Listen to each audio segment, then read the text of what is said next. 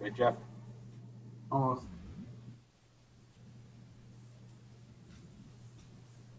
All right, good to go. Go, Dennis. All set? Yep. Okay. And everybody's in the call that needs to be? Everybody, yeah. Okay, great. Okay. All right, so then at this time, I'd like to call to order the August meeting of the Zoning Board of Appeals of the Town of Brighton. We don't need to talk about how you get out of your house, because I presume everybody knows how to do that if they need to. So at this point, was the meeting properly advertised, Rick?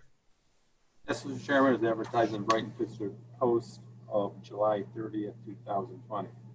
Okay, very good. So then at this time, could you call the roll? Ms. Schwartz, Here. Ms. Tompkins Wright, Here. Ms. Dale, Here. Mr. Mites, Here? Watson, Here. Ms. Schmidt, Here. Mr. Clapp. Please let the record show that Mr. Clapp is not present. Okay. All right, so I think all the board members are familiar with last month's meeting and how we tried to run it. Again, you know, if you can keep your mic muted unless, you know, you need to speak, and we try not to talk over each other. I think we did fine with that last month. You know, but it's not an excuse for people not being able to speak, you know, when they need to. So we do want to hear everybody's comments, especially when we have the deliberations. So. And then the first thing we need to do is take care of the minutes, and I just ask that we try in deference of time to deal with major issues in the minutes, not, you know, a slight spelling of a word or something like that. So at this point, then let's take a look at the July meeting minutes. So do we have corrections for that meeting's minutes? Yes. Okay, Judy. Okay. So go through it slowly here, please. Okay. Page 18, line 15. The first word does not make sense. So you might want to take a look at that, everybody. The word is written as no sure, which I'm not sure. So, Can you just delete it? okay. I'll begin, and we'd like to continue to work with the town of Brighton and make sure that we apply for the proper permits and always abide by town rules, along with the fire department no sure rules. OSHA. Yeah, OSHA. probably, yeah. I thought, okay. Yeah, Yep. OSHA. Okay. Okay. All right, Line that's good. Line 22, the third word should be under. Page 39, line 7, close to the end, the word should be garage space. Yep. Page 85, number 1, line 13, under findings of fact, delete theirs and make it this. Line 14, the second word should be 3. And line 25, it's 1.2 inches. So put the inch mark on page 91, line 22. In the middle of the sentence, the word should be fried. And Yep. that's all I have. Okay, very good. Does anyone else have anything else? Okay, how about a motion to approve the minutes? So moved. Andre Somebody with yes? Andre with the motion. Do you have a second? Second. Jennifer with the second. Just, Motion. just as we go through this, when you make, you know, if you want to do something, just put your hand up so that sometimes, you know, the way the mics work, we can't really see so and hear it correctly. Go ahead. The motion is to approve with corrections. Ms. Schwartz. Yes. Ms. Tompkins Wright. Yes. Ms. Dale. Yes. Wright. Yes. Watson. Yes. Ms. Schmidt. Yes. Motion to approve with corrections carries. Okay, great. Okay, so I think everybody saw Rick's update to the agenda that for A0220 Freetown Cafe, 7A04, which is 60 Helen Road, and are removed from tonight's agenda. Also for A0520, which was 2735 Monroe Avenue. Right, the Mama Sons, right? Okay, so where we're going to begin then is 801, which is 885 Winton Road South. The two applications, 8A0120 and 8A0220, are the same property, so I Right. will read them both. Application 8A0120, application of Joseph O'Donnell, architect, and Sarah D. Realty, owner of property located at 885 Winton Road South, for an area variance from section 205-6 to allow for an increase in building density from 5,158 square feet to 5,469 square feet, where a maximum density of 4,504 square feet is allowed by code. All is described in the application and plans on file. And application 8A0220, same applicant, same address, for an area variance from section 205-12 to allow for 30 on-site parking spaces in lieu of the minimum 37 parking spaces required by code. All is described in the application and plans on file. Okay, do we have Mr. O'Donnell then? Jeff, I think it might have been Joe's phone. Joseph's phone.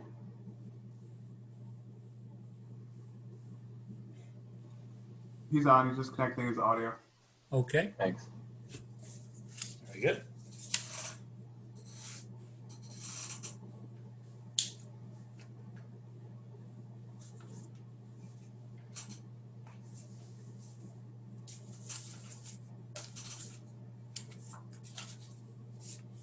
Hello, Rick. Yes, Joe, we got you. Hi. I'm sorry. I'm having some technical difficulties here at my home computer. Do you want us to move on to another I'm application? No, but if you can allow Catherine O'Keen into the meeting, I'm on her laptop. You have that, Jeff?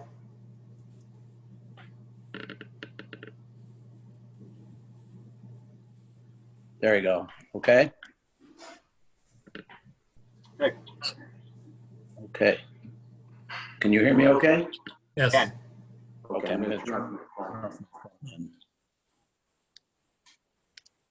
Okay. I apologize if I'm having some other trouble here. So. Okay. All right, I think that's looking good, Joe. Okay. All right. So why don't you begin with 8A01 and then just move into 8A02, please. Okay. Just introduce yourself. Good evening, everybody. My name is Joe O'Donnell. You guys getting background noise on me? Yeah. Yes. Okay, hang on a minute.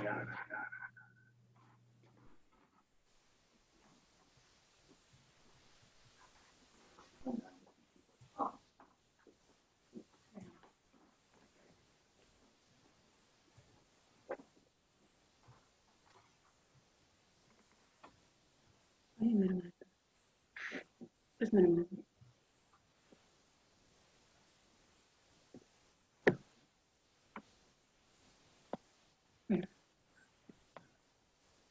Can you guys hear me?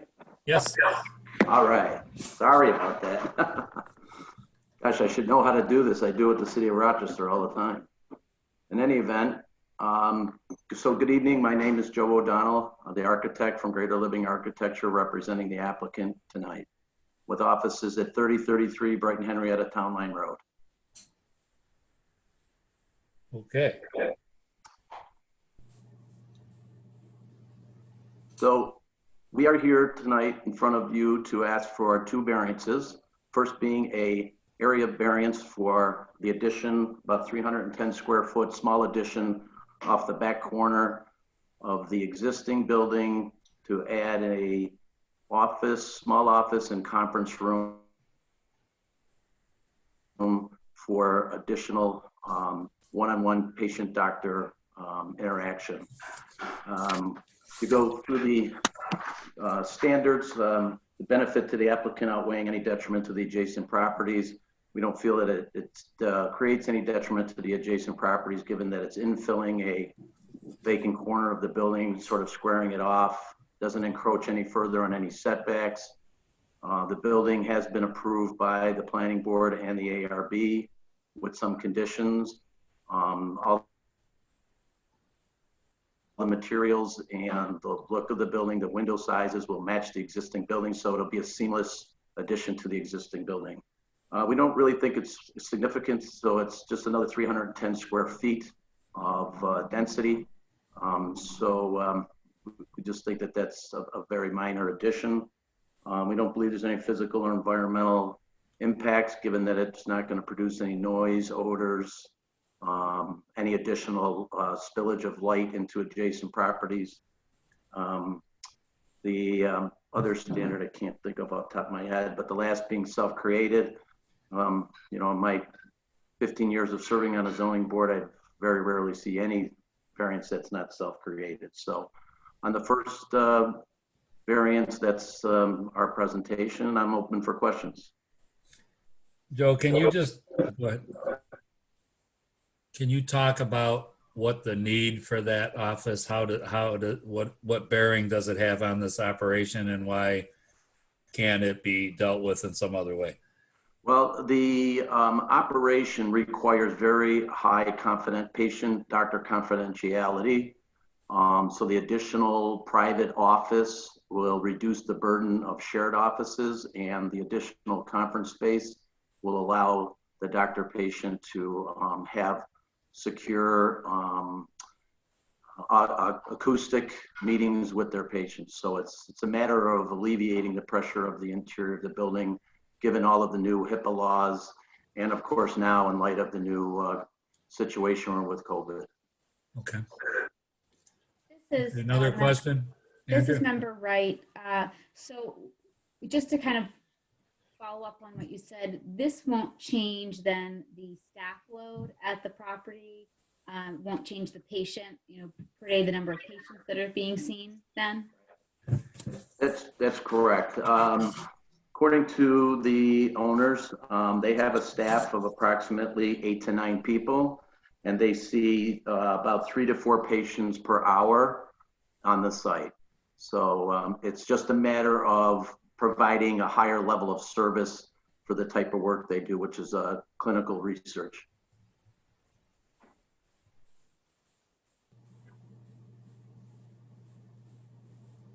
Okay. So are there any other questions about AA01 at this time? Okay, then Joe, let's move on to 8A02. Okay, so for the record, my name is Joe O'Donnell from Greater Living Architecture with offices at 3033 Brighton Henrietta Town Line Road. I represent the owner of the property for the variance of elimination of 1 parking spot due to the addition of the previous application. I'd like to point out to the board that there are 33 spaces available on the site now, specifically designated to this building. And there is also a shared parking agreement of an additional 37 spaces with the building to the south. As I mentioned, they have 8 to 9 employees, 3 to 4 patients per hour. So right now on a typical day, they use 1/3 to 1/2 of the 33 spaces, not even demanding any excess spaces in the shared parking agreement. So on Sundays, Saturdays, there's only 1 staff member and the doctor there. And on Sundays, only the doctor doing paperwork. It's also been noted that the Brighton police like to use this parking lot to monitor 12 corners, which the owner welcomes all the time. So again, running through the standards, the benefit of having the additional space inside and the loss of 1 parking spot is not detrimental to the neighbors. We don't think it's significant given we're only taking up 1 spot. We're actually physical, environmental, we're not creating any additional impervious materials on the site, and it's self-created from the previous application. So I open it up to questions. Joe, just for clarification, the site plan itself shows 30 parking spaces on site. Okay. There's a So- couple, Rick, that are back along the west lot there that didn't show up in the surveyor's map. Kind I of like think- a parallel parking or something like Exactly. that up in there. Yeah, And exactly. I know there is one space exactly where the addition is going. So Correct. that would be down to 32 with the construction of the addition, correct? Correct, exactly. So if you notice, there's also the one spot there next to where in the lower left corner of lower left corner, which would be the southwest corner. There's also a spot there. Some of the board members don't see that. And then there's two parallel spots along that west property line where it veers off.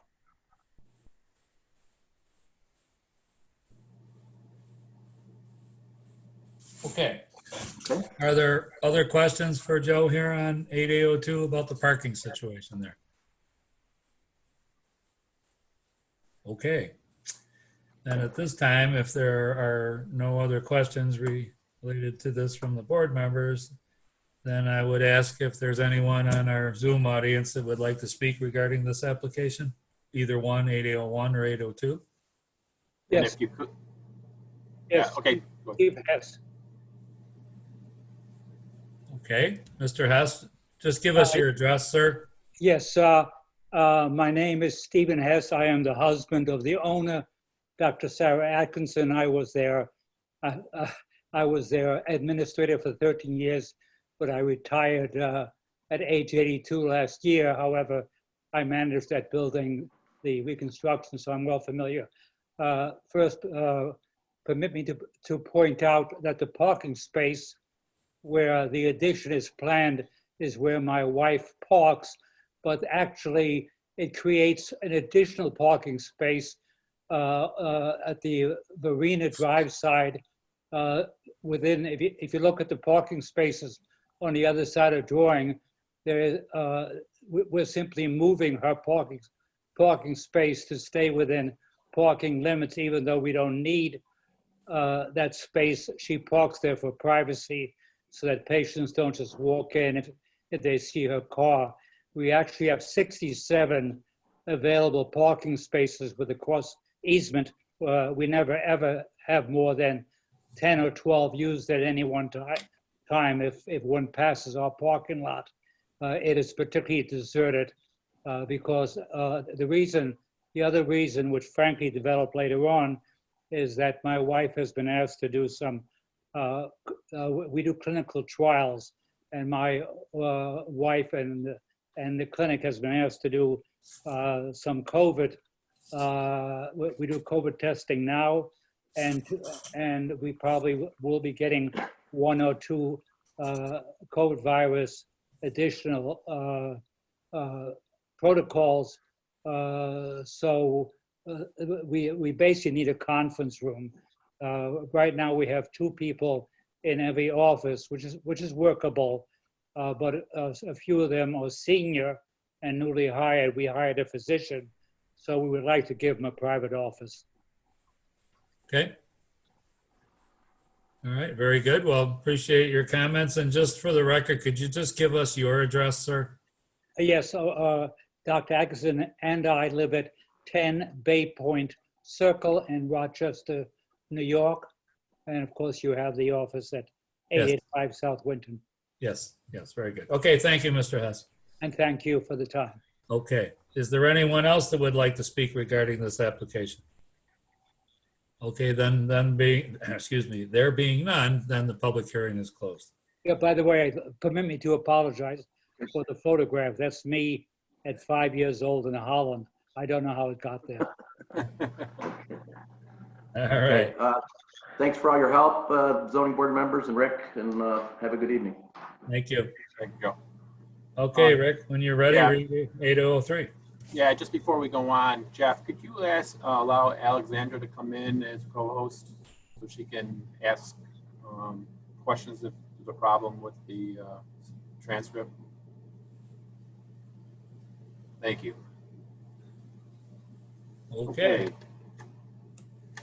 Application 8A0320, application Lawrence Heiniger and Susan Matre, owners of property located at 376 Meadow Drive for extension of an approved variance to allow a detached garage addition to be 3 feet from the side lot line remove the minimum 5 feet required by code. All described in application and plans on file. Okay, who will be speaking related to this? Larry Heininger, Dennis, how are Hi, you? Larry, how are you? Okay, so Good. just name and address and let it go. All right, official name is Lawrence E. Heininger, address 376 Meadow Drive, 14618. Okay, This is exactly the same application you approved a year ago. The contractor was supposed to do the work, never got started. Left the state late last year. Then we went into the springtime, winter, along comes COVID, trying to find another contractor. I actually wrote Rick a letter on April 29th asking to extend this, and he said, you guys don't do that. I needed to reapply and send another check, no problem. The silver lining to this cloud, the contractor that I was recommended to me that left the state, actually stiffed the people who recommended him for about $6,000. So my contractor will be Sickles Construction out of Caledonia, and Jim Sickles and Company do quite a bit of work and have for about 35 years. So I have lots of confidence this will be done professionally, on time, and it'll be a joy to get it done. you have a ETA? Approval tonight, I'll submit my building plans, and Jim Sickles said as soon as you're ready to go, we'll get the guys over there. Okay, So great. maybe 3 weeks, maybe 4. So it should be done this building season then. Oh, it will be done. A friend of mine came and got a TR4, Triumph TR4 engine out yesterday. Another guy's coming tomorrow to get a big Healy 6 engine out for rebuild. I'll be moving a car. Got to get the garage cleared out for those guys to work. So everything is in motion. Okay, great. All right, board members, questions for Mr. Heininger? Pretty straightforward, I think. Okay, very good. Okay, so thank you, Larry. Thank you for taking care of your application here. Is there anyone in the audience that would like to speak related to 376 Meadow Drive? Okay, then there being none, then the public hearing is closed. Okay. Thank you. Thank you. Thank you all very much. Have a good evening. You too. Sorry. Application 8A0420, application of Amy Pink, owner of property located at 15 Victoria Drive for an area variance from section 207-2A to allow a front yard fence to be 5.5 feet in height, in lieu of the maximum 3.5 feet in height allowed by code. All described on application and plans on file. Okay. Who do we have to speak related to application 8804?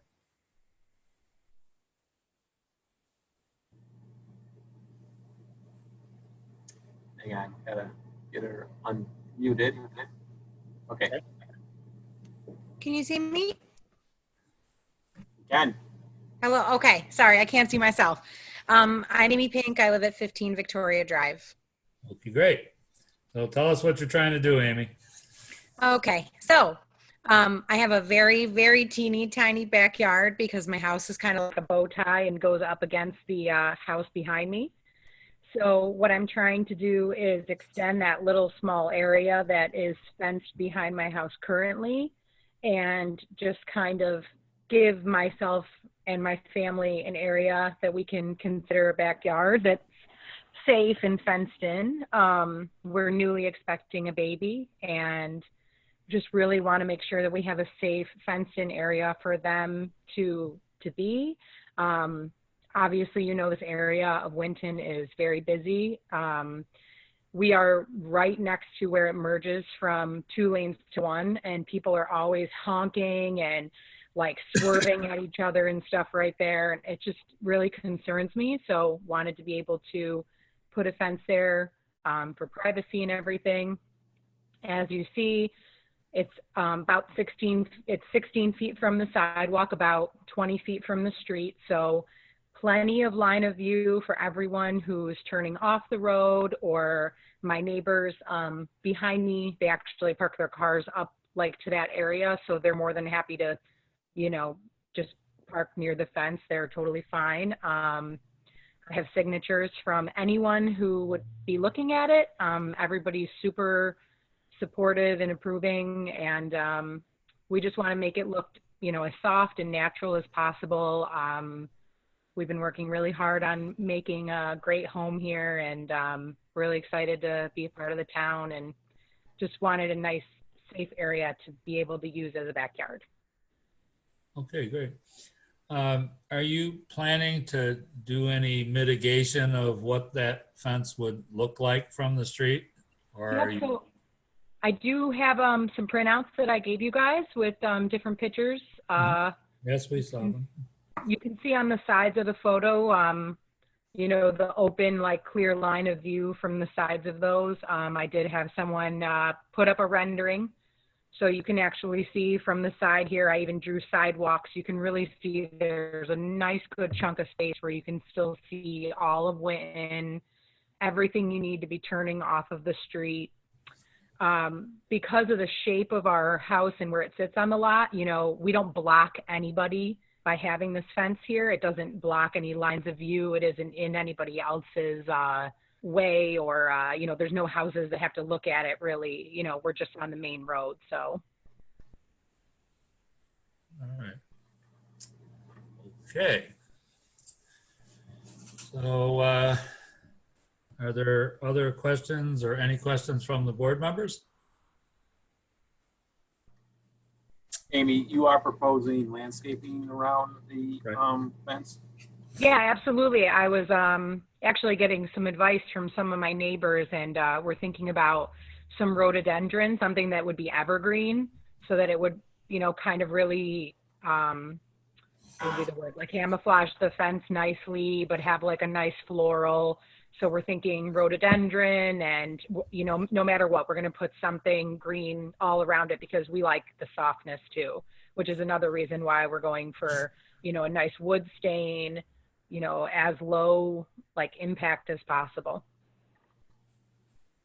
Okay, that's great. And you guys did approve a fence around our pool, and we had an agreement to do greenery around that, and we have followed suit and done just what was in our picture. So Very good. Okay, is I there just other questions for Amy? Go ahead, Andrea. Yeah, I just had a quick question. There are a number of trees in the yard. Will all of those be outside of the fence, or will most of these be fenced in? So we wanted fence in at least one, for a kid to maybe have a swing or something. Yeah. So if you right here to the left, if you look at the front view, there's a big maple that will be fenced in.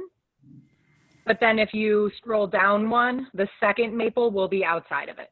And we don't intend on doing anything but trimming those, if maybe one branch is in the way when we're doing the fence or whatever, but we really enjoy the shade, so. Very good. Other questions by board members? Rick? Yeah, I just have one thing for the record. Amy, could you kind of just explain a little bit on why 5.5 feet is the height that you feel you need there? It is, quite a bit of a variance. So just for the record, could you explain why something lower wouldn't work? So we actually have a large dog, very large dog, and we currently have the 5.5 in the backyard right there. You can see the white one, how I wrote same height as existing fence. And he has a tendency to jump up pretty high on that and put his paws on it. So we were just worried if we get anything shorter that he'll run out into the road, So we just wanted to make sure that we've seen that this height works for him.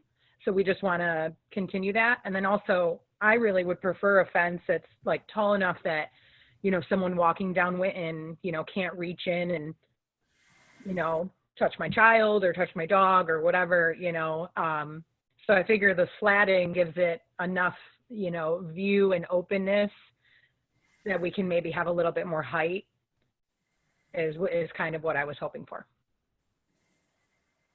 Okay. Any other questions by the board members? Yeah, Rick and Dennis too. if this were truly, truly backyard, there would be no need for a variance because she's under the 6 feet, correct? But Under the because it's a 6 side lot, because it's a It's corner a front lot, yard, it's a front yard because it's Yes, Faces. because of the configuration of the a lot. corner, okay. I mean, if it was a true side yard, she'd be okay, because you can go up to 6.5 feet in a side yard. Right. But, I mean, you know, because it's a corner lot, it's got 2 front yards. Right. Okay. This is the side of her house, it's a front yard. Okay. Any other questions? Okay, then, thank you very much, Amy. Thank you. Okay. Thank you for your So, time. is there anyone else anyone in the audience who would like to speak regarding 15 Victoria Drive? Okay, at this point, if there's no one, then the public hearing is closed. Thank you. I'd just like to remind the people in the audience that if you do want to speak and you don't think you're getting through, please use the raise your hand option through Zoom. Application 8A0520, application of Ian and Jamie Smith, owners of property located at 204 Wilshire Road, for one, an area variance from section 209-10 to allow livable floor area to increase from 3,392 square feet from 3,459 square feet after construction of 2 additions, where a maximum 2,796 square feet is allowed by code. And 2, an area variance from section 205-2 to allow building lot coverage to increase from 31.7% to 31.9%, where a maximum 25% is allowed by code. All described in application and plans on file. All righty. So who do we have to speak on 805? So my name is Ian Smith. This is my wife, Jamie. We own the property here at 204 Wilshire Road. Okay, so go right ahead then. So I'm a little unprepared because our architect was going to be here, but he got caught up doing something else. So we are asking for 2 separate additions. The first one is on the bottom side of this drawing where I guess it's technically addition, but we're really just filling in part of a covered porch. So that covered porch that you can see is that full section, and we're going to fill in half of it to create a mudroom. And on the top side of that drawing, we're looking just to kind of backfill in, kind of like the first application we saw today, or just backfilling in that corner, which is giving us an extension on our kitchen and allowing for a larger kitchen with an eat-in space. We moved into this house with 2 children. We now have 3. And the way that our kitchen is kind of laid out, it's kind of an L shape. So there's really nowhere for our kids to eat in our kitchen. And we have a formal dining space. So in mornings when we're getting ready for school and at lunchtime, they're not able to be in the kitchen with us, which is slightly inconvenient. So this is really the only way that we're able to fit in an eating space in our kitchen. And both of those variances are the back side of the house and don't encroach any further either north, east, or west on any lot lines than the rest of the house already is. Okay. Very good. Okay, so questions by the board members related to Wilshire? Go ahead, Tim. Just one question. I'm wondering if you have spoken with any of your neighbors about the project and gotten their feedback, specifically the one that is right next to where the kitchen addition will be. I think that's 196 Wilshire. Yeah, so our neighbor on that side, his name is Gary. He's okay with it. We've told him that we're going to, he actually has a fence that he closes in his driveway with that has it's a metal post that's in our lot. And so if through the course of work, we have to move that in order to put that addition on, we've told him that we'll move that post and so put it somewhere else so that the fence can be moved and put back up there. But it doesn't encroach any further on where he is. And we actually have a fence. You can see the fence in the drawing there. The fence is closer to his lot line and his driveway by almost double than what the actual addition is going to be. So it doesn't really change his drive-in at all. Okay. Very good. Other questions for Wilshire? Okay, very good. Well, appreciate you presenting it. Thank you very much. Thanks for your time. Okay, and then let's just see in the audience, is there anyone who would like to speak related to 204 Wilshire Road? Okay, there being none, then the public hearing is closed.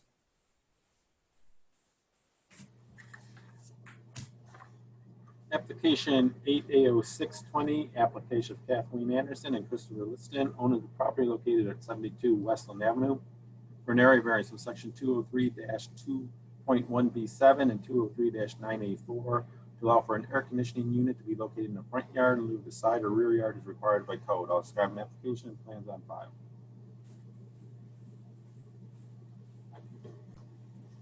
Okay, who do we have to speak for this? Oh, there we go. Kate Anderson and Chris Liston. There? Yeah, so we're applying to put an air conditioner in our front yard. I presume you are the residents of 72 Westland Avenue for the Yes, record? we are. Okay, great. Okay, so go on. So you can see per the site plan, we're on a 50-foot lot on Westland. So we have driveways on both sides. We have a patio and a deck in the back. So our front yard is fully landscaped. So looking at putting an air conditioning condenser in this location of the site plan. Okay. All right, and could you just explain a little about what other alternatives there might have been versus this location? Yep. So if you go through the photos, we do have an existing wood deck that was on the house when we purchased it, as well as a concrete patio. And you can see on each side with the 50-foot lot, there's driveways. So there isn't space in either of those locations. There is potential for a future kitchen addition, and that's really the only spot on the back that might work, but it would impede. And that this is the way that we come into our house, so that really the front yard is kind of the most concealed location, I guess.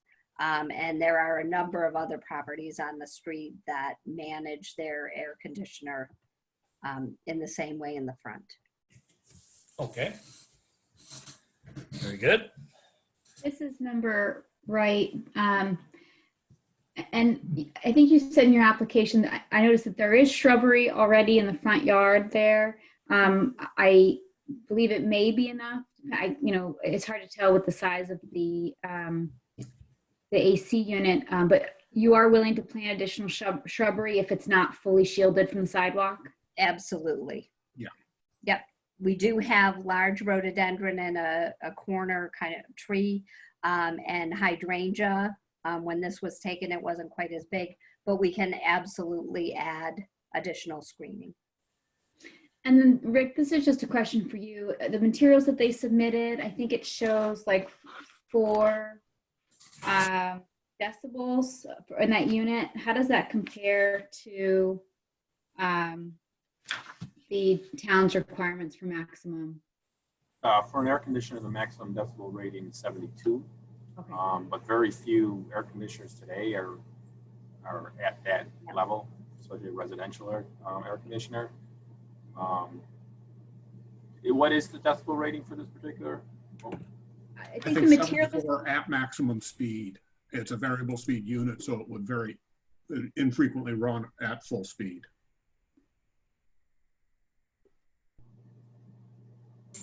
Okay. Yeah, 4 decibel. I don't. That is That like, can't be right. That can't be right, because that's like less than a whisper. Yeah. No, that's 4. Yeah. Oh, Before, I'm sorry. I'm reading this wrong. It's 4 decibel below competitors' Competitors minimum. minimum. Right. Yeah, I apologize. Yeah.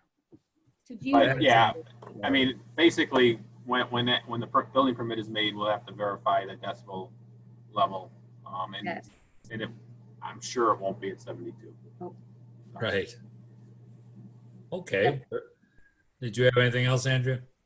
no, that was it for me. Is there Yeah, we anybody were- else with a question for the Andersons here? Or Mr. Liston and Ms. Anderson? Sorry about that. That's Okay. okay. All right, very good. So Okay. Thank you. thank you. And at this point, is there anyone in the audience who would like to speak related to 72 Westland Avenue? Okay, there being none, then the public hearing is closed. Thanks. Okay.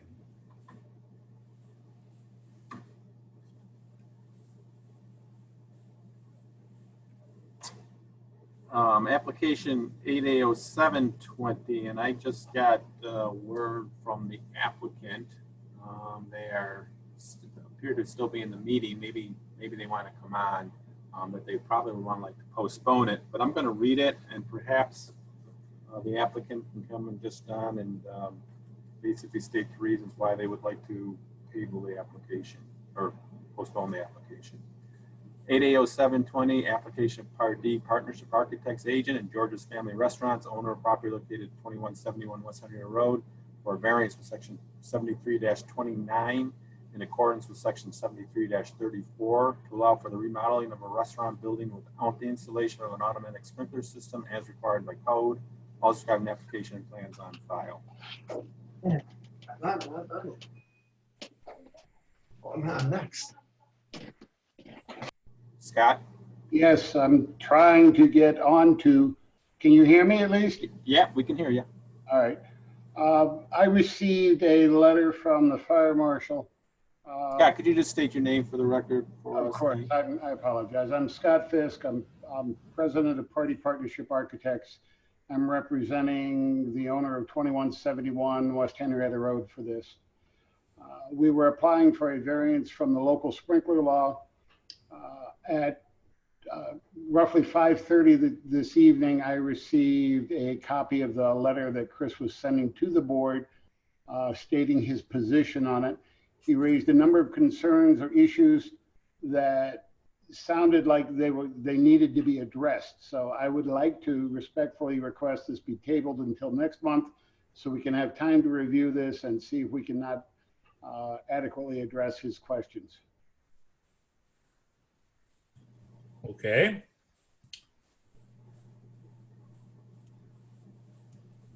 Does anyone have any specific questions? Again, it's a little difficult without a presentation of the whole thing, but all of us did receive the correspondence from our fire marshal. So, and he does in fact raise some issues there. So we can discuss this further a little later, but does anyone have anything they would like to ask Scott at this point, or are we comfortable? I think tabling it makes sense. Okay. All right. Well, we'll discuss that in the deliberations, but does anyone have anything that they want to ask Scott? I just want to give people opportunity.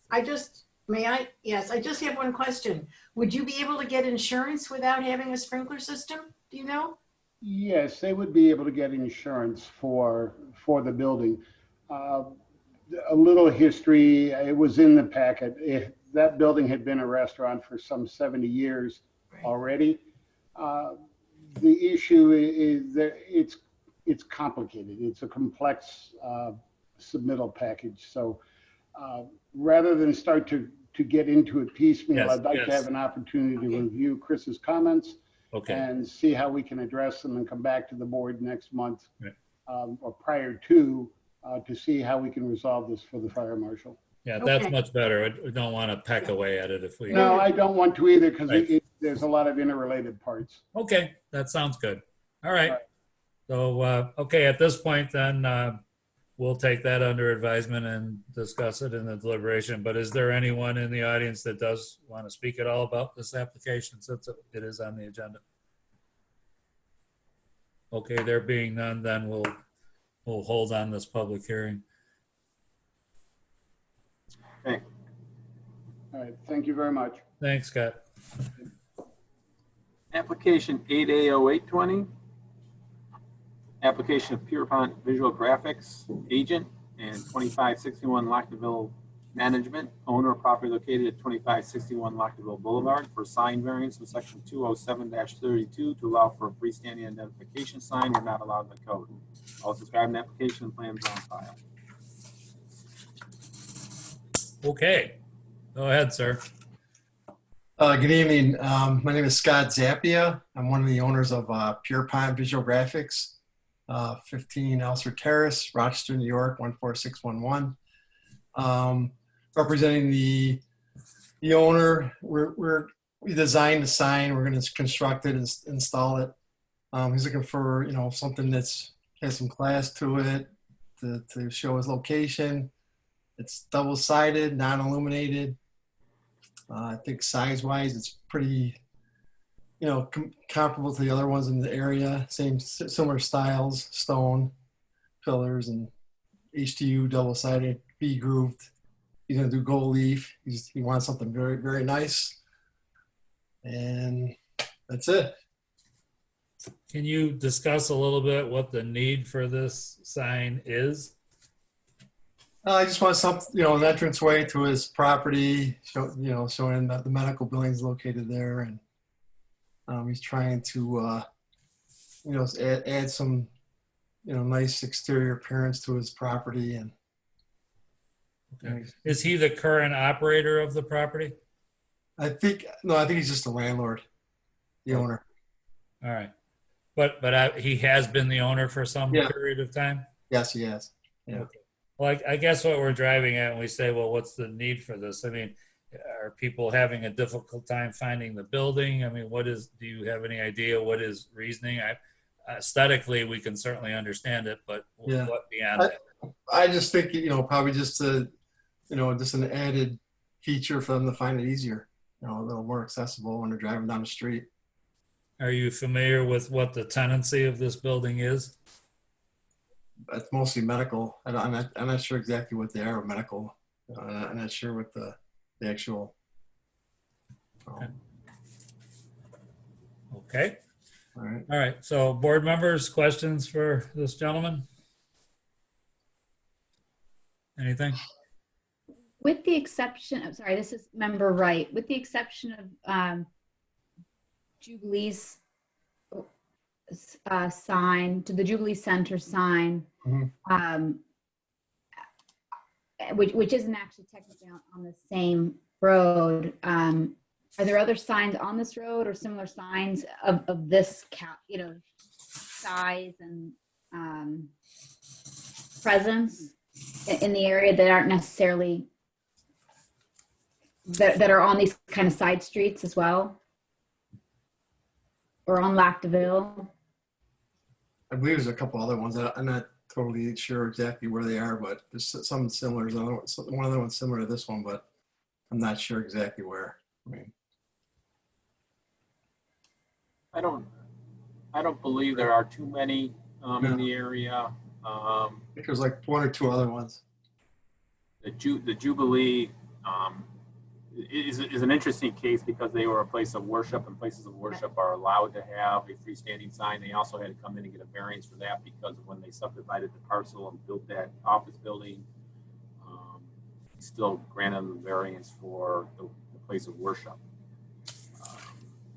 Besides that, I'm not thinking of any particular one except for maybe some of the ones that are permitted because they are like the apartments that are just a block up on Rudeville, but that is a permitted sign for them.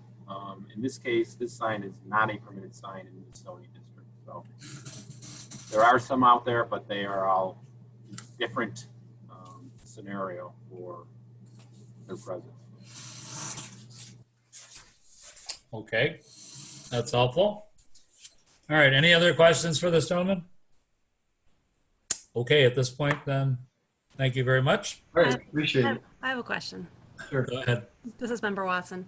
So I'm looking at the Google Street View of the building right now, and there's rather significant lettering on the building face itself that says Lac DeVille Medical. And so I'm curious to know if there are any plans to take down that building signage, or if you could more fully articulate why the freestanding sign is needed given the signage on the building already. To be honest, I don't think he's planning to take anything down right now. I mean, he might be. I don't know. He hasn't discussed that part of it. I just think he wants something that he can will be more accessible to people driving on the street. Okay. All right. Any other questions by the board members? Okay, thank you very much, sir. All right, Is there thank you. anyone Thanks in for the your time. audience that would like to speak related to this application? Okay, then there being none, the public hearing is closed. Thank you. Thank you.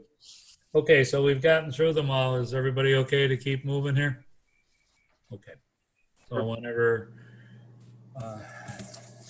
our first application then to discuss is 8801, which is the building density over on Winton Road South at the office building there. So why don't we just go around here and see what we've got. So Andrea, what do you think? I'm okay with it. I'd like a pretty well-drafted condition that it stay clinical research with a low patient load.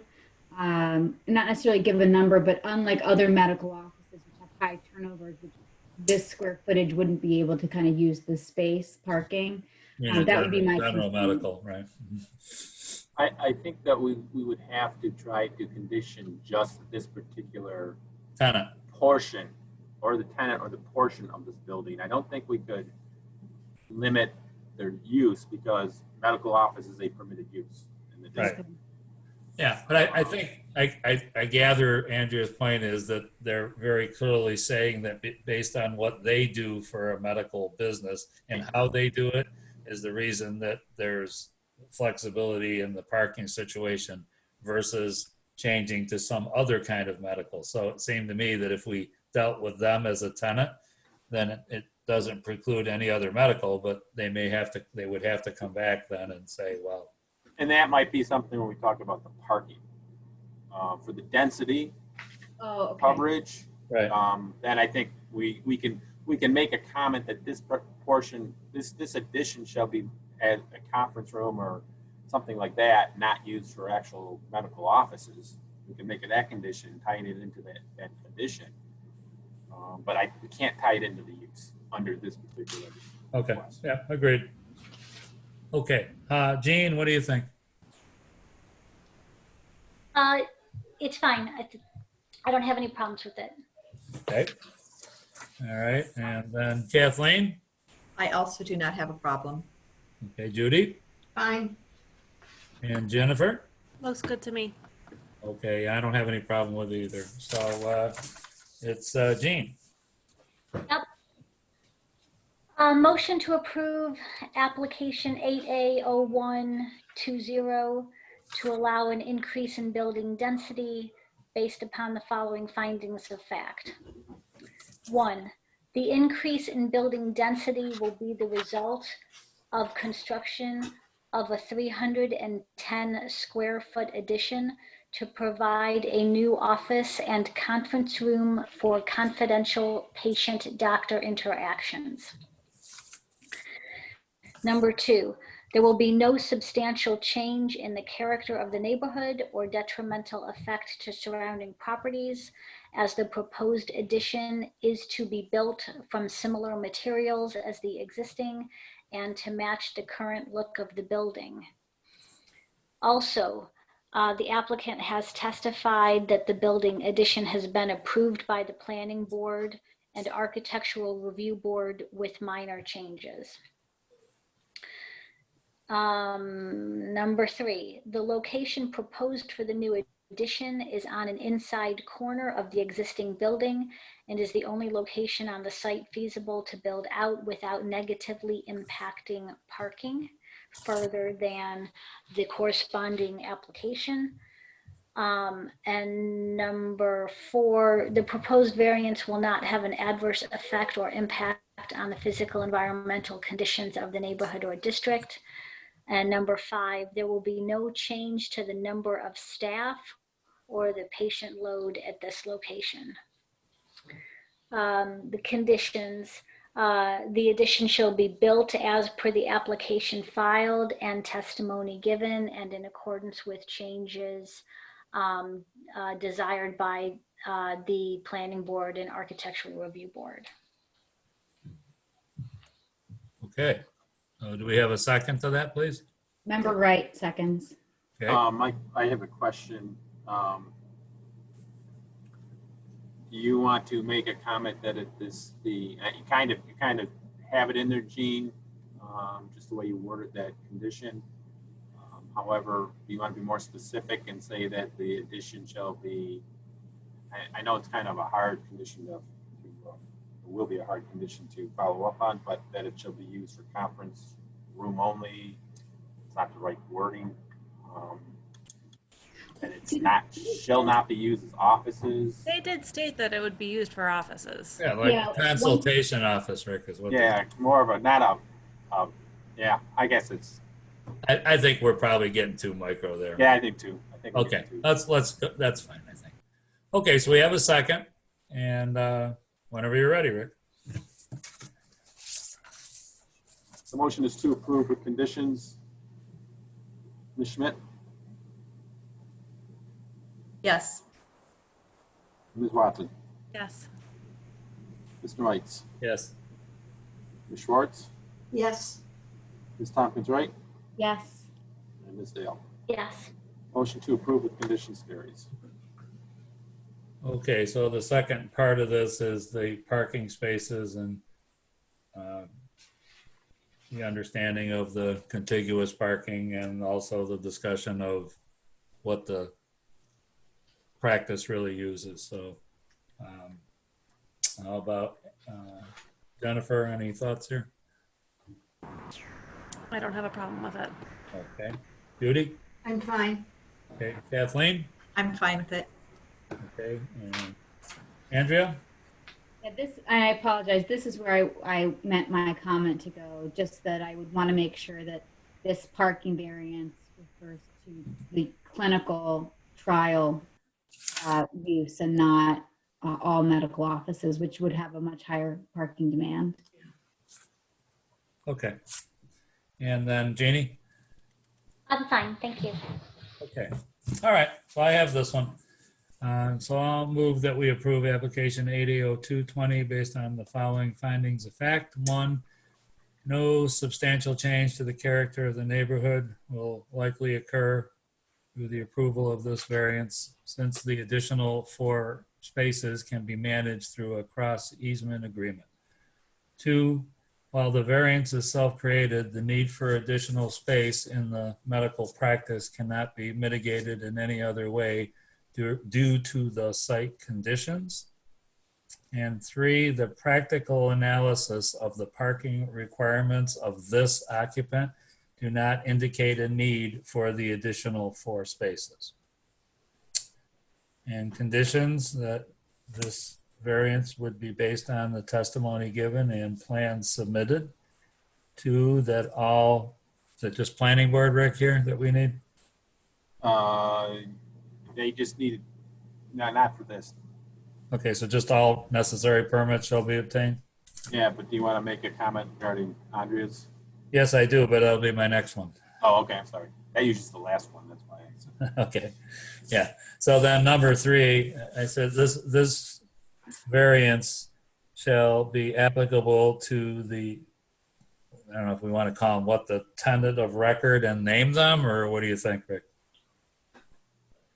Well, it's 1 tenant, I believe. Yeah.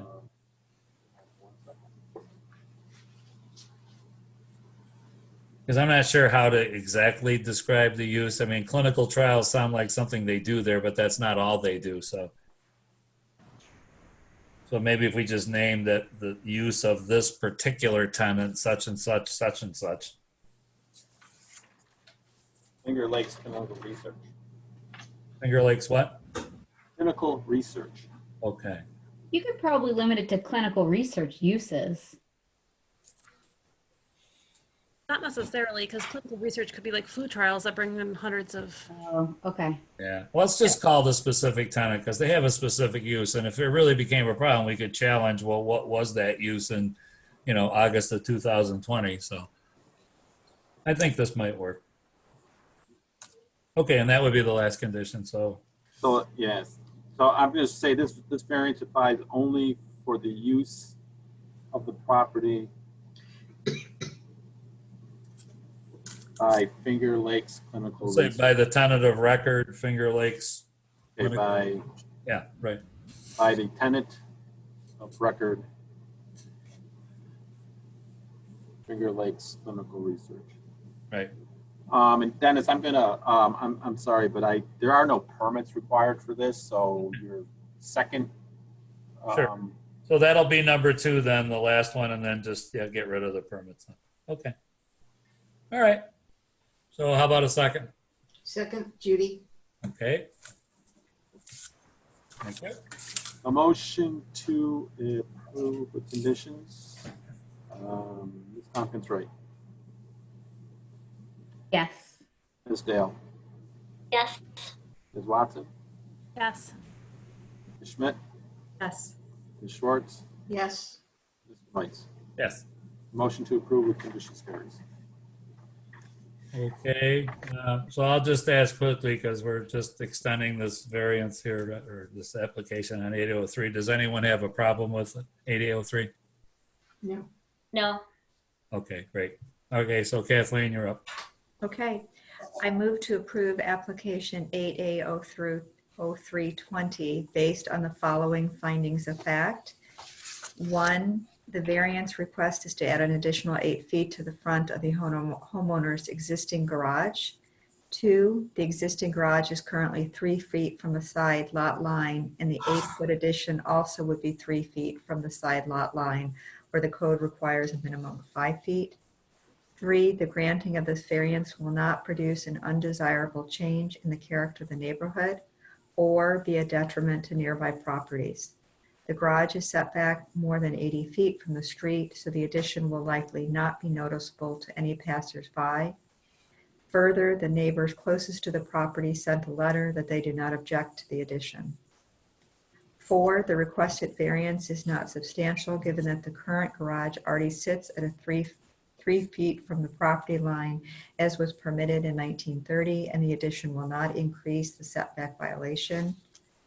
5, the benefit sought by the applicant cannot reasonably be achieved due to the current location of the garage.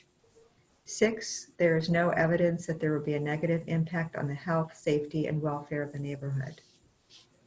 Conditions: the variance applies only to the garage addition described in the application and testimony provided and will not apply to future projects.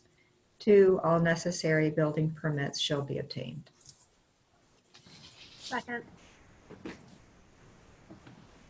With the second. The motion is to approve with conditions. Ms. Schwartz?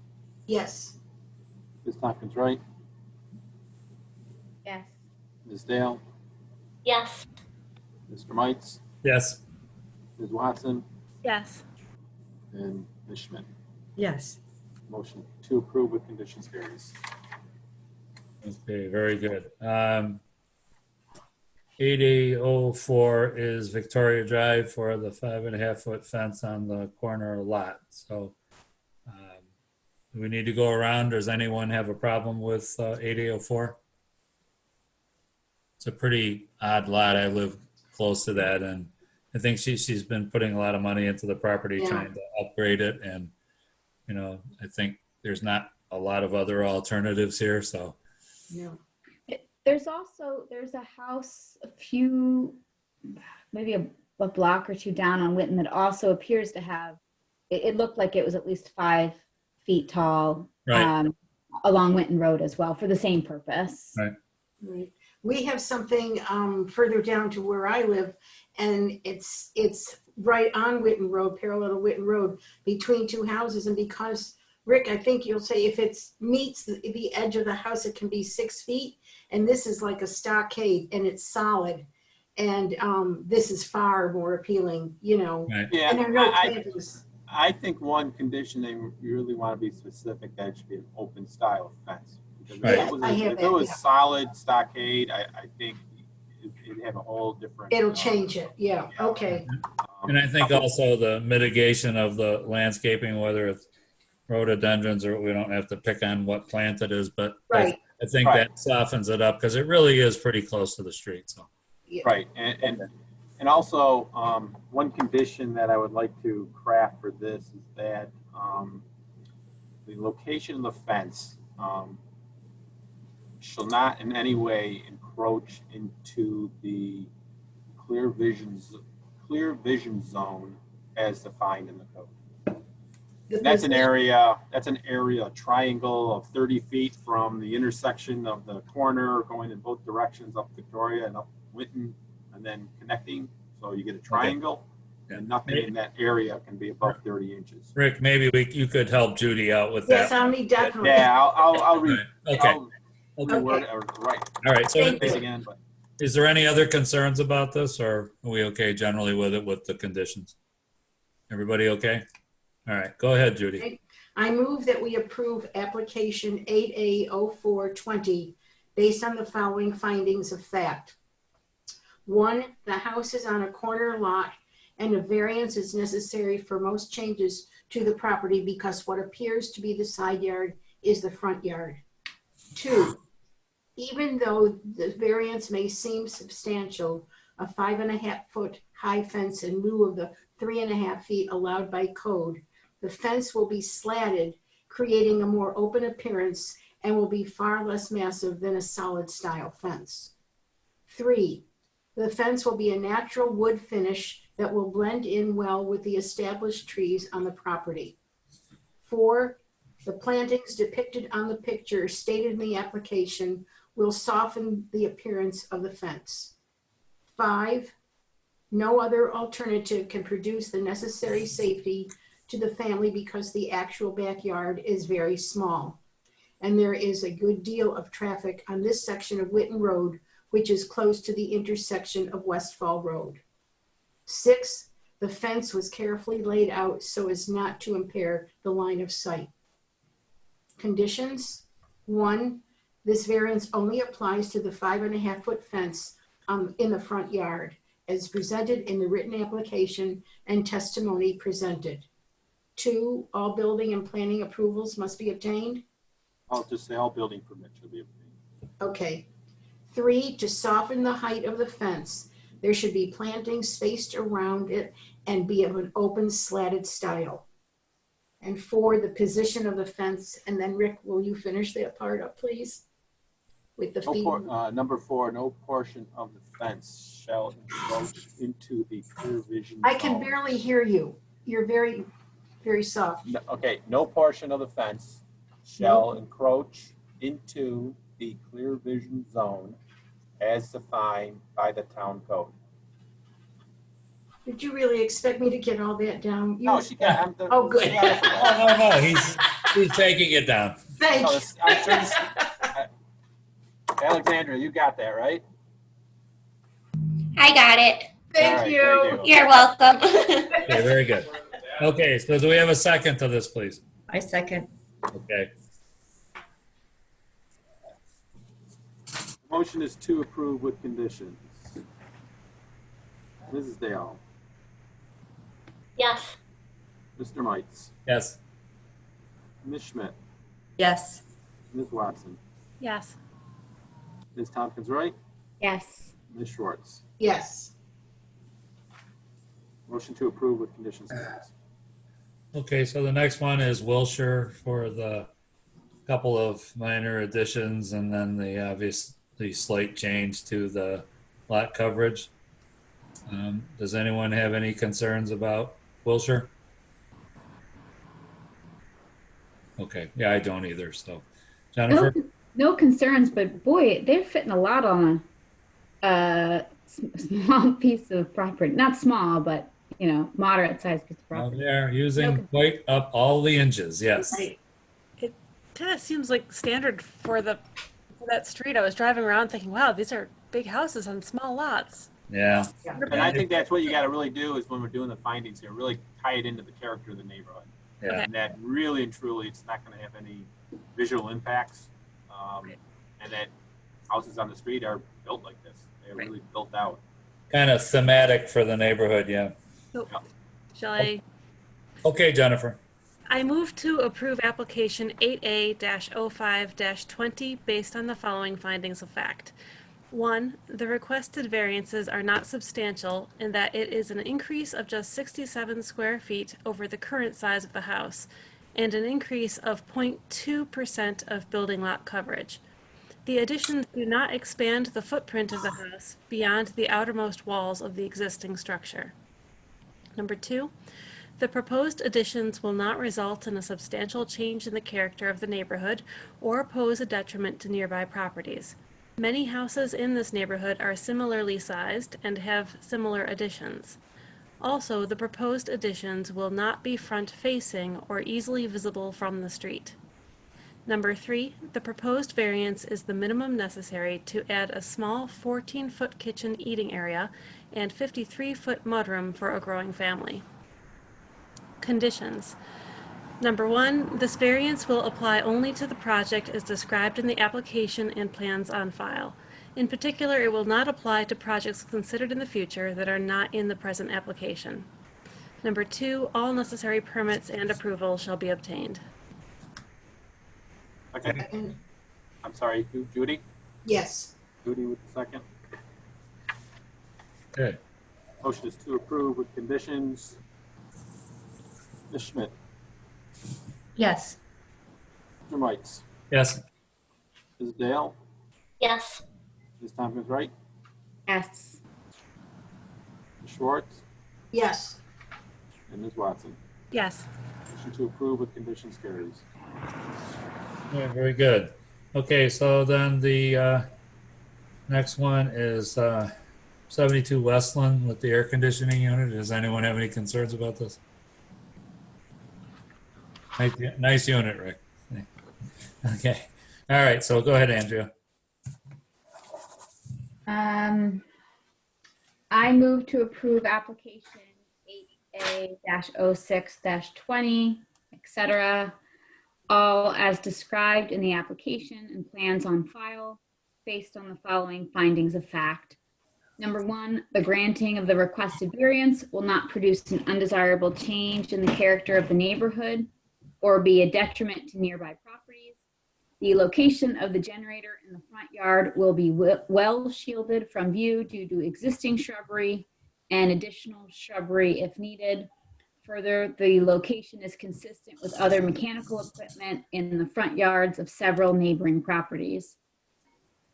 Number 2, the requested variance is not substantial given the aforementioned shielding and the fact that the generator is of a size and decibel level so as to make it less noticeable and intrusive. Hang on for 1 sec. Replace generator with air conditioning unit. Oh, I'm sorry. Yep. Sorry. Are you sure? No, I'm just joking. Yes, the fact that the air conditioning unit is of a size and decibel level so as to make it less noticeable and intrusive. Number 3, the benefit sought by the applicant cannot reasonably be achieved by any other method. The rear yard is unavailable due to improvements in the rear of the home, and side yards are unavailable due to the width of the house and the proximity of the neighboring property lines and driveways.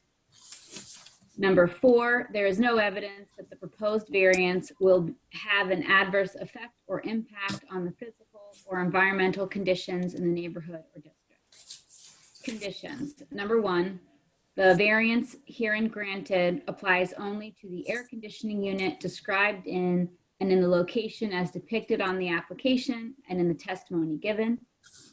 Number 2, the generator shall be shielded from view from the sidewalk through additional planted shrubbery, if not adequately shielded by existing shrubbery.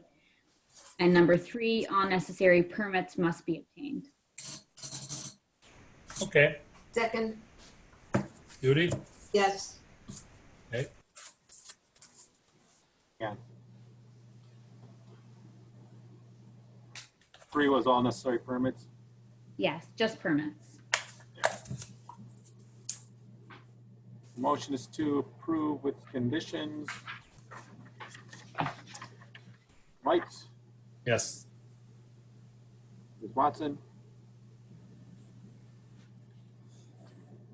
She's muted. Sorry. Yes. Ms. Dale, Yes. Schmidt, Yes. Schwartz, Yes. Ms. Tompkins Wright. Yes. Motion to approve with conditions carries. Okay, so the next is the situation on West Henrietta Road. Again, unless you have a pretty significant background, that Chris Roth memo is a little difficult to get through. I think the critical thing is really reading at the end that, you know, his recommendation is to follow the sprinkler ordinance, but he does certainly open up the discussion for some other mitigations, which I think Mr. Fisk is trying to maybe peck away at. So I don't know if anyone has a problem tabling it. I think it's I would probably suggest that- reasonable. I'm sorry? I would suggest that we just postpone it. Okay, that's fine too. That's request and not table it, because we really didn't have a formal public hearing on it. I will say, you know, I do want to say a couple of things just for the members. Yep. You know, this is quite a bit different than what we approved back last year. Yeah. A lot more has been added to the site. I mean, they still have to come back to us for a lot of requests here. I mean, remembering that we only approved it for, I think, 66 seats. There's an ice cream walk-up area that's being added here. There's additional seating, possibly second floor seating. So there's a lot going on. Yes. Yeah. You know, and just, you know, not to prejudice it much here, but just to make the general comment, you know, the gentleman who is the operator of this business is a general contractor. And it just seems peculiar, the sequencing of what's been happening on the site, because it's really been a problem right from the beginning when he started taking the siding off the building and doing all kinds of other things. So it's a little problematic. So I think, you know, it certainly looks nice. I think he's definitely improved the property, no question. If you drive down West Henry Road, it's a big improvement. But I think, Rick, if we do a postponement, then there's no issue with the public hearing then, right? We don't need to hold it open since we never had one. Right. I'm just going to put postpone at applicant's request. Okay. So please, you know, read through Chris's, because I know everyone just got it right before the meeting. And then we can discuss any technical questions about it next month once we hear what they present. Okay?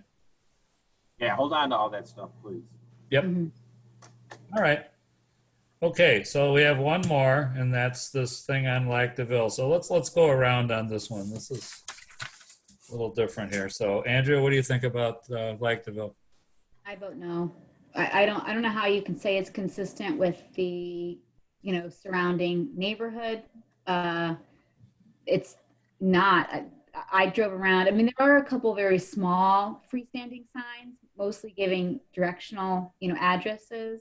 There's, with the exception of Jubilee Center, I haven't seen any, and churches. That's who has these types of, you know, signs. So I just don't think he provided adequate evidence to show that there's no alternatives, adequate evidence to show that it won't change the character of the neighborhood. I just don't think he presented anything. Okay. Ms. Dale. Yeah, I think he did a horrible job, you know, without any sort of rationale or explanation. You know, I thought Jennifer had a really good question about the signs that exist on the building. So yeah, I'd also vote no on this one. Okay. Kathleen?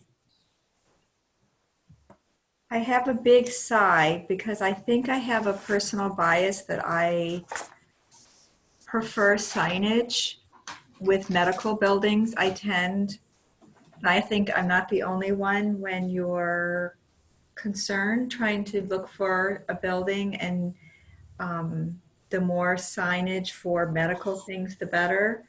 So I have a hard time saying that there's too much signage. So I did not think that he made a clear presentation, but I think he was not the owner. He was the person who created the sign. But I don't have a problem with the sign itself. Okay. All right, Judy? I think it's much too big for the area. I agree with the others. Also, too, the number is already really well placed on the building and it's a good size. So, and there's no other building really there to get confused with. It's not like driving into Clinton Crossings or anything like that. I think that what's there, the 2561, way up nice on the building is fine right now. I don't think he is a case. Okay, Jennifer? Yeah, I agree with what's already been said. I mean, it's a pretty looking sign, but it's far too big, and there wasn't a case made for why it's needed at all, given the existing signage. So I don't know. Okay, and I agree. I think it was obviously a bad case. Plus, you know, there was no case made as to what the difficulty was. We tried to lead him into it a little bit, and he just didn't really have the information. So, but I think clearly, even if we had the information, I think it would have just been a debate about, well, why is it really needed related to that pretty large signage that's already on this building. And again, there's nothing impeding the view there other than it's slightly back from the street. So, okay. So this was Doug's. Is anyone willing to just do the denial on this one? How about Andrea? Andrea, you're good at that. You're good at denials, Andrea. I don't know what that says about me, but okay. I move to deny application 8A-08-20 based on, based on the following findings of fact. Number one, the applicant did not provide sufficient evidence that the sign will not create a change in the character of the neighborhood or be a detriment to nearby property owners. And number two, the applicant did not provide sufficient evidence. There are no alternative means by which to accomplish applicants' objectives other than by use of a freestanding sign. Period. Okay. Could you also add that the existing signage on the building basically gives plenty of visual notice, whatever. Number three, existing signage of the building provides sufficient notice for users as to the building's use and tenant. And location. And location. Okay, yeah, that's good. Second. Okay. The motion is to deny. Ms. Schwartz. Yes. Ms. Dale. You're muted. Ms. Dale. Oh, sorry, yes. Mr. Mites. Yes. Ms. Schmidt. No. Ms. Watson. Yes. And Ms. Tompkins-Gray. Yes. Motion to deny carries. Okay. Before we check out, just a couple things. Yeah, going back to 8A0720, it is complicated. Do the best you can. Try to read through the documentation that was submitted and then read Chris's letter. I expect us to have a pretty heavy September meeting. One thing that we got in already is a challenge to the fact that the building department issued a permit to start construction on the Starbucks building at Whole Foods Plaza. They're challenging that issuance of the permit, and they're challenging it to us. So we could have two different law firms making the same application. That's always fun. Also, there are a number of applications, and I already received a number of applications for our next September meeting, but there are also a number of applications that are still out there. We've had to postponement tonight. We have the 7A0420 that was held over, and I know they'll be coming in September. So there's going to be a lot. So we have to try to get through it as best we can. So I hope everybody's going to be here. Doug is no longer on the board. Tonight was his last meeting, and couldn't make it tonight either. So we're down a member. Maybe September 2nd. I again. I don't know what's going on with schools, but it's getting close to that time. If there is going to be school. Jennifer, you have your hand up. Seems like a bad time to tell you that I'm going to be out of town. We have vacation plans in Cape Cod. I have at least 5 members. I'm actually out of town, but I think I can come in. I mean, I think I can arrange to be here, but I do have to get off because I got double booked for meetings tonight. So Okay, you're I fine. jump off, but I will plan to be to figure out how to call in or to Zoom in for next month's meeting. Okay, great. Thank you. Appreciate it. Okay. All right. So thank you, everybody. And also, I will offer, and I'm sure Rick will as well, that if you have, because of what's happening with this agenda, what it looks like is happening, if you do have any need to understand a little more about Chris Roth's comments there, then just get a hold of me or get a hold of Rick, and we'll try to work it through with you so that you don't have to struggle for time or whatever at the meeting itself. Okay. All right. All right. Thank you, everybody. Thank you. Rick, can I ask you a question? Yeah. Is Mama Zan's going to be on the agenda in September? Mama San's withdrawn. Withdrawn entirely. Okay. Yep. Mama San's withdrawn. Freetown Cafe withdrawn. Okay, I was going to say, I've got some motions typed up already that I could forward to somebody. We will not need that. Okay. Yeah, we will not need them. So we're All all right, set. Sorry. All right, no problem. Okay, thank you very much. Have a good All right. trip. Thank you, everybody. Bye-bye.